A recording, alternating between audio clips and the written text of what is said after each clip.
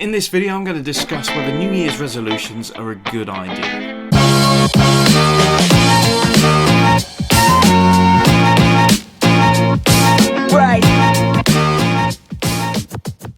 Hello, my name is Dino Doubt and I'm a magician and mind reader. Make sure to press that subscribe button down below for more magic, more mind reading and more mental well-being videos.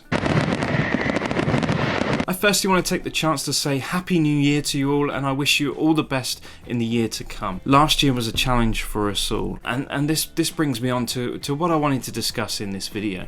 Because with a new year comes the opportunity to start afresh, and people around the world resolve to change something in their lives for the better. So brace yourselves for the onslaught of New Year, New Me posts. While a lot of people who make New Year's resolutions generally find them hard to keep, research does show that making resolutions can be useful. People who make resolutions tend to be more likely to attain their goals than people who don't make any at all. Psychologically speaking, the end of the year generally includes self-reflection. Think about what was good about your year, review the moments that were trying or hard, and all of the moments in between. However, statistics would suggest that by now you have probably broken at least one of your resolutions from January the 1st. The beginning of a new year can represent a fresh, clean slate. It can be a time of newfound hope and motivation. But are New Year's resolutions a good idea?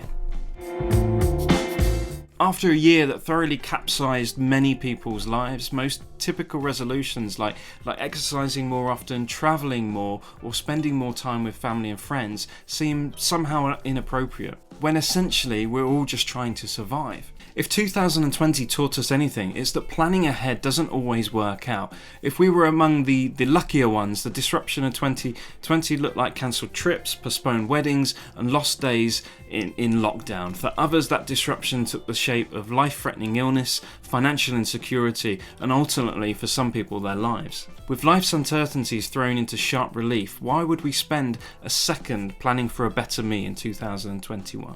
And yet I personally feel I fulfilled more self-improvement goals in the past few months and have a clearer understanding of where I want to be than I have in the previous few years. Now, I'm not saying New Year's resolutions are pointless, but instead let's change the way we look at them, because the mistake many of us make when we think about these changes is striving for out-of-reach perfection.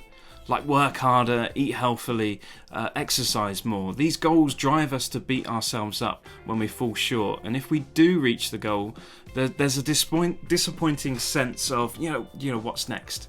Instead, try shifting your perspective in order to allow you to tap into your own core values.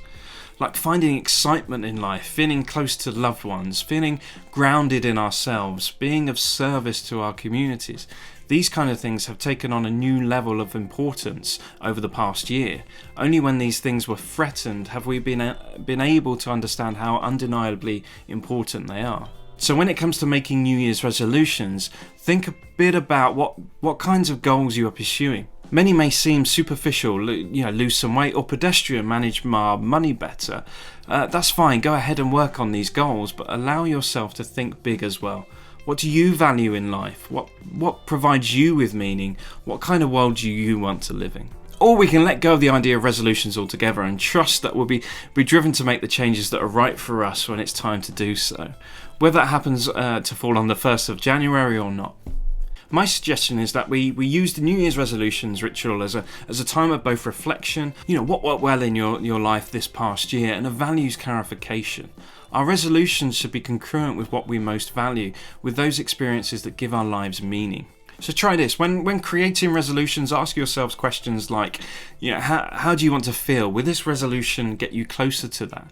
What energy do you want to create? Will this resolution give you that type of energy? Are you operating from a place of restriction or abundance? Does this resolution involve taking away things that you like? Would you recommend this resolution to your younger self or your best friend? How will this resolution impact you 5, 10, 15 years from now? I know they're hard to follow through because sometimes life gets in the way, and that's okay. Nevertheless, resolutions provide motivation to push ourselves and to better ourselves. Whatever the resolution is, it is healthy to have that something to work towards, even to fantasize about, as long as it doesn't become an obsessive thought. Resolutions subconsciously also provide a sort of self-reflection on our own life, where we are and perhaps where we'd like to be. It's okay if we're not exactly where we planned, it's never too late to change. And I think I have outlined a few different ways of thinking about New Year's resolutions, and I really want to hear from you. How do you feel about making New Year's resolutions? If you have made them, I'd love you to share one or two of them with me. If you haven't made any, why is that the case? As always, don't forget to like and subscribe this video, and I look forward to seeing you next week.